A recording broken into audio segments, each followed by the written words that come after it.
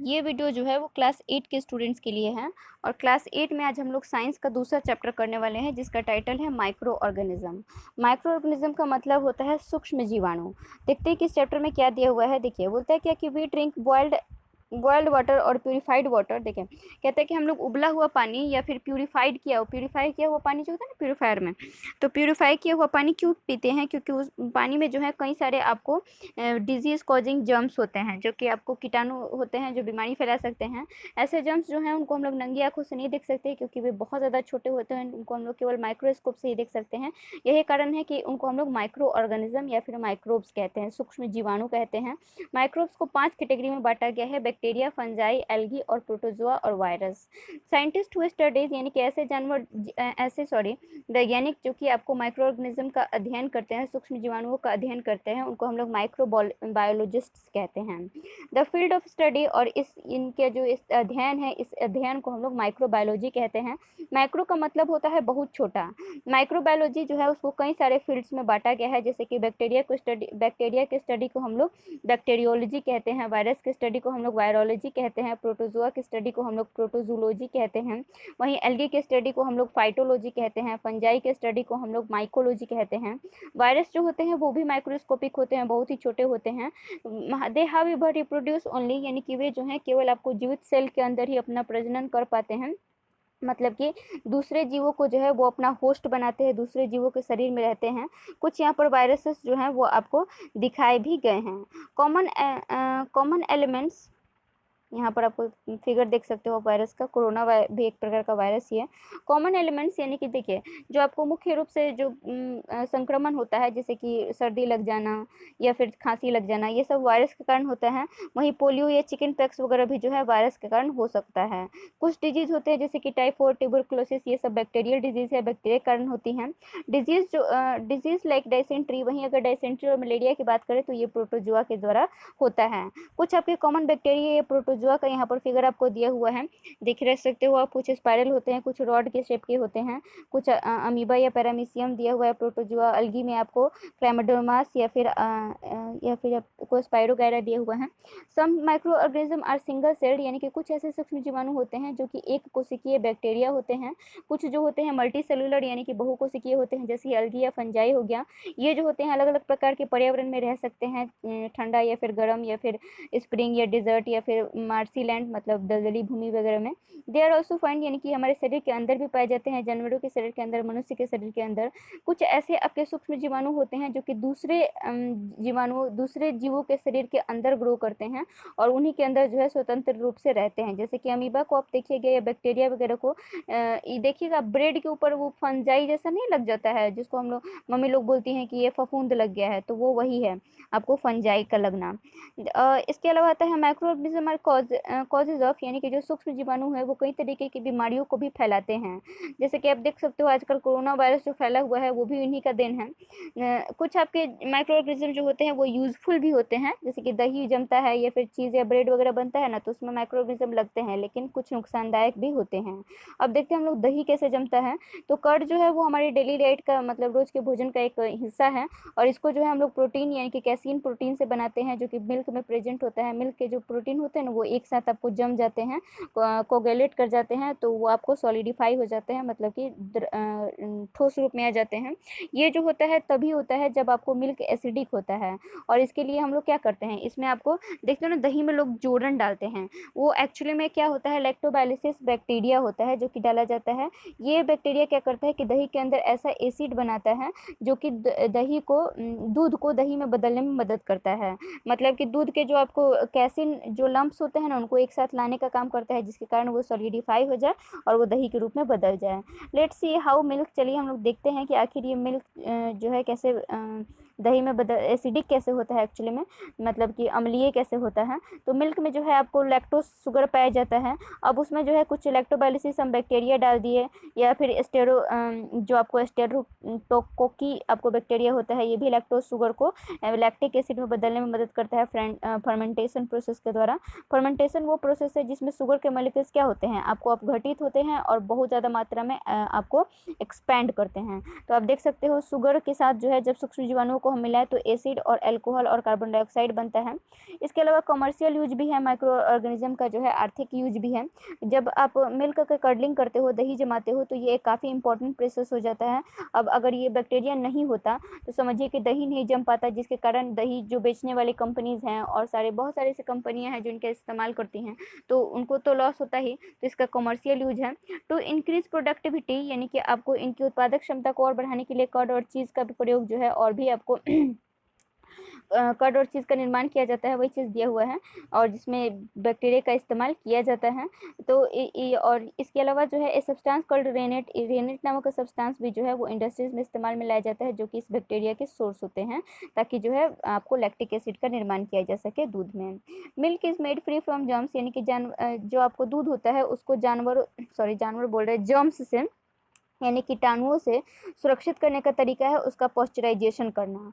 Milk microorganism are also use, यानी कि जो आपके सूक्ष्म जीवाणु होते हैं उनको जो है अल्कोहल बनाने का, जो शराब वगैरह होता है ना, वाइन या विनेगर, जो आपको सिरका वगैरह होता है, उसका निर्माण करने में भी इनका योगदान होता है। जो यीस्ट होता है वो क्या, उसका अपना कमर्शियल प्रोडक्ट यूज़ है अल्कोहल वगैरह बनाने के लिए।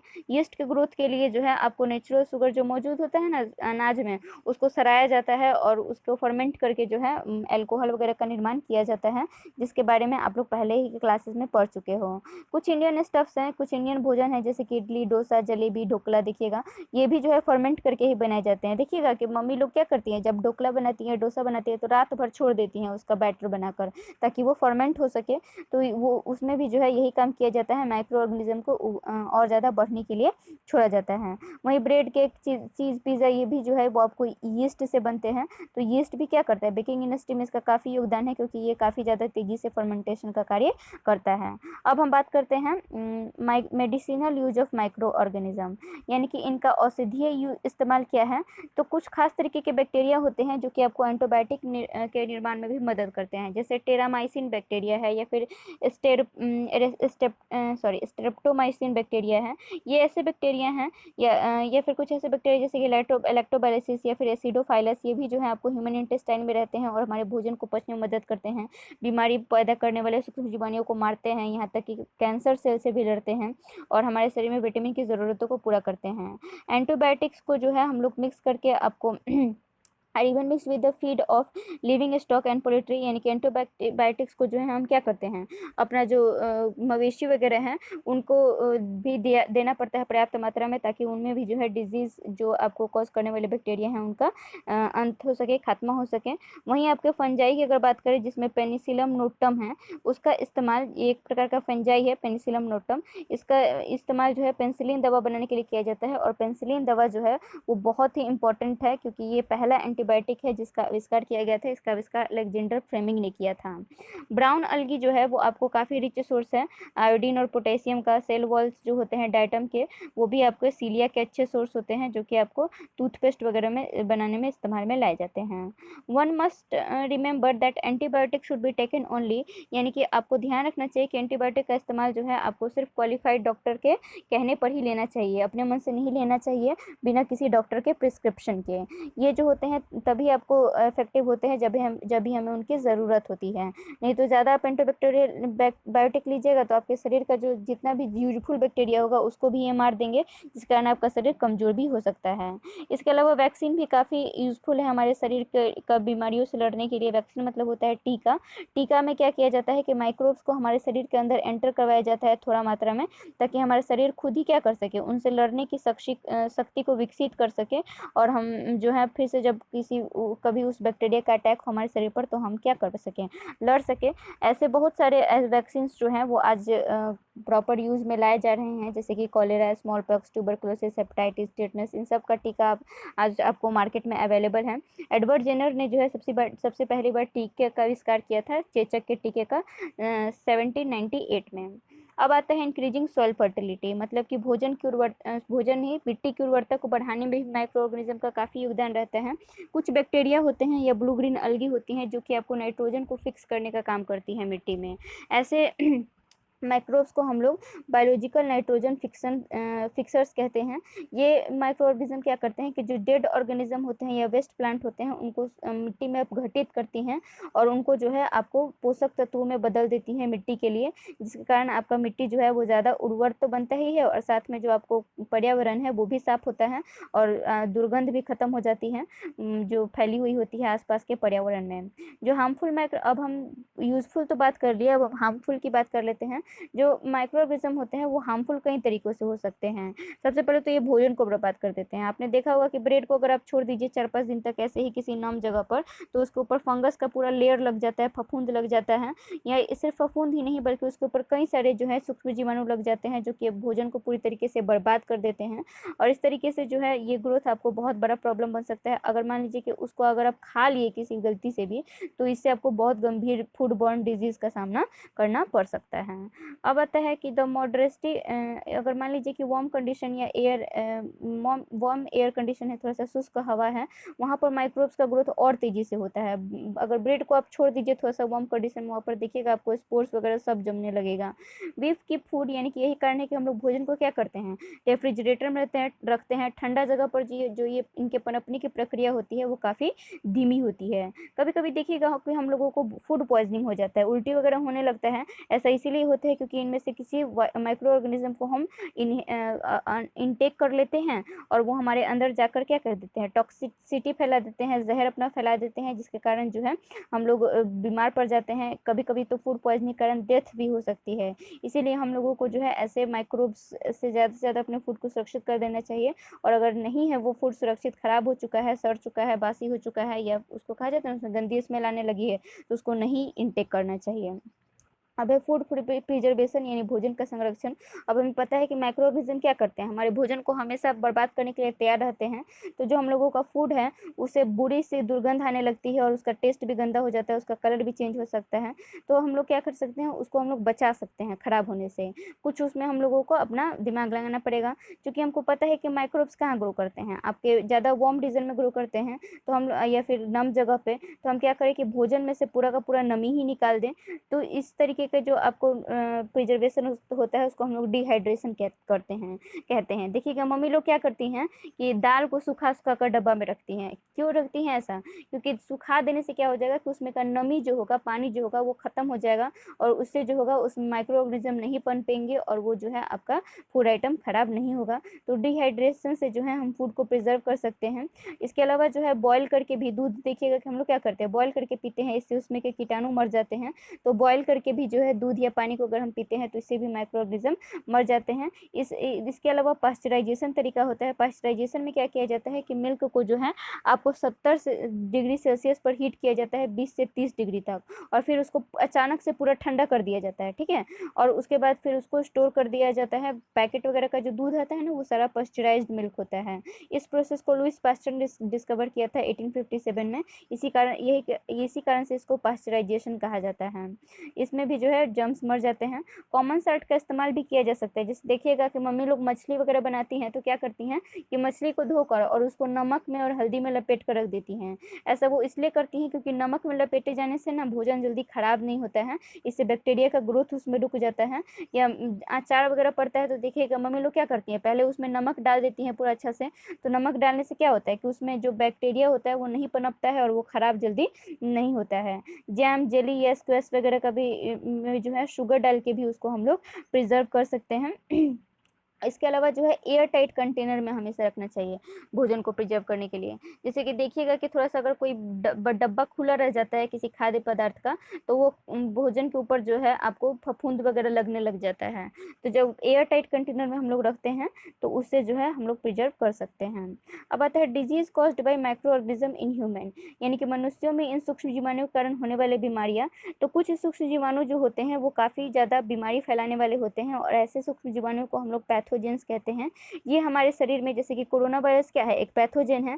ये हमारे शरीर में जो है हवा के द्वारा, पानी के द्वारा, या फिर जो है हम जानवरों मतलब दूसरे किसी जीव के द्वारा भी जो है हमारे शरीर में एंटर कर सकते हैं। और इस तरीके की बीमारी को हम लोग कम्युनिकेबल डिजीज यानी कि आपको संक्रमण वाला रोग कहते हैं, संक्रमणीय रोग कहते हैं। जैसे कि हैजा हो गया, सर्दी खांसी हो गया, चिकन पॉक्स हो गया, ट्यूबरक्लोसिस हो गया, ये कोरोना वायरस भी उसी में आता है। When a person suffering from, यानी कि जब किसी व्यक्ति को देखिएगा खांसी होता है तो या सर्दी होता है, तो जब वो छींकता है ना, तो उसके आसपास की हवा में जो है जर्म्स फैल जाते हैं और उसी वायरस फैल जाता है, और उसी वायरस फैले हवा में जब कोई दूसरा व्यक्ति सांस लेता है तो उसको भी जो है वो बीमारी लग जाती है। तो इस तरीके से कुछ आपके इंसेक्ट या एनिमल्स है जो कि आपको इसके अलावा जो है कुछ जानवर और कुछ इंसेक्ट्स भी जो है जो कि कैरियर का काम करते हैं। जैसे कि मान लीजिए कि मक्खी है, वो किसी कचरे के ढेर पर बैठी, तो वहाँ से जो है कीटाणु उसके पंख पर, उसके पैर पर चिपक गए। फिर वही मक्खी जो है वो आपके खाना पर आकर बैठी, तो वही सारा जर्म्स जो है वो आपके खाने पे छोड़ दी, और वो आप खाना खाएं तो क्या हो गया, आपको भी जो है आपके अंदर भी वो पैथोजेंस चले गए और आपको क्या करेंगे, वो बीमार बनाएंगे। जो कंटेमिनेटेड फूड होता है, इसी कारण कहा जाता है कि बाहर का खाना नहीं खाना चाहिए, क्योंकि उस पर बहुत सारे मच्छर मक्खी बैठे हुए रहते हैं। कंटेमिनेटेड फूड के कारण जो है कई सारी बीमारियाँ होती हैं। फीमेल मॉस्किटो जो होती है, जिसको हम लोग एनोफिलीज मच्छर कहते हैं, ये मैरासाइट, ये आपको मलेरिया परजीवी होती है। मलेरिया का जो आपको कीटाणु होते हैं ना, उनको ये ढूंढने का काम करती है। ये अगर किसी अगर व्यक्ति को काट लेती है जिसको मलेरिया हुआ है, और फिर वही मच्छर आकर आपको काट ले, फीमेल एनोफिलीज, तो आपको भी जो है मलेरिया रोग हो जाएगा। इसीलिए जो है हम लोगों को कहा जाता है कि कूलर वगैरह में पानी को स्टोर नहीं होने देना चाहिए, क्योंकि वहाँ पर इस तरीके के मच्छर जो हैं वो काफ़ी तेज़ी से पनपते हैं। और कंटेनर वगैरह में पानी को नहीं रखना चाहिए स्टोर करके। अब है हम लोग का नाइट्रोजन साइकिल। एटमॉस्फेयर में जो है कई सारे गैसेस हैं, जिसमें नाइट्रोजन जो है वो आपको लगभग 78% है। नाइट्रोजन जो है वो आपको काफ़ी महत्वपूर्ण कॉन्स्टिट्यूएंट है, काफ़ी आपको महत्वपूर्ण गैस है सारे लिविंग ऑर्गेनिज्म के लिए। Protein, chlorophyll, nucleic acid, vitamin, ये सब जो हैं आपको सारे प्लांट्स में पाए जाते हैं। कहीं थोड़ी बहुत मात्रा में हर पौधे में होते हैं, लेकिन ये जो नाइट्रोजन होता है वो इन सब के बनने का कारण होता है। कुछ ऐसे बैक्टीरिया या ब्लू ग्रीन अलगी होते हैं आपके, जो कि जैसे राइजोबियम बैक्टीरिया होता है, वो क्या करता है, नाइट्रोजन को फिक्स करने का काम करता है। दलहनी पौधों के जड़ों के गांठों में ये पाए जाते हैं, तो इससे जो है उनको पोषक तत्वों की आपूर्ति करने में मदद मिलती है।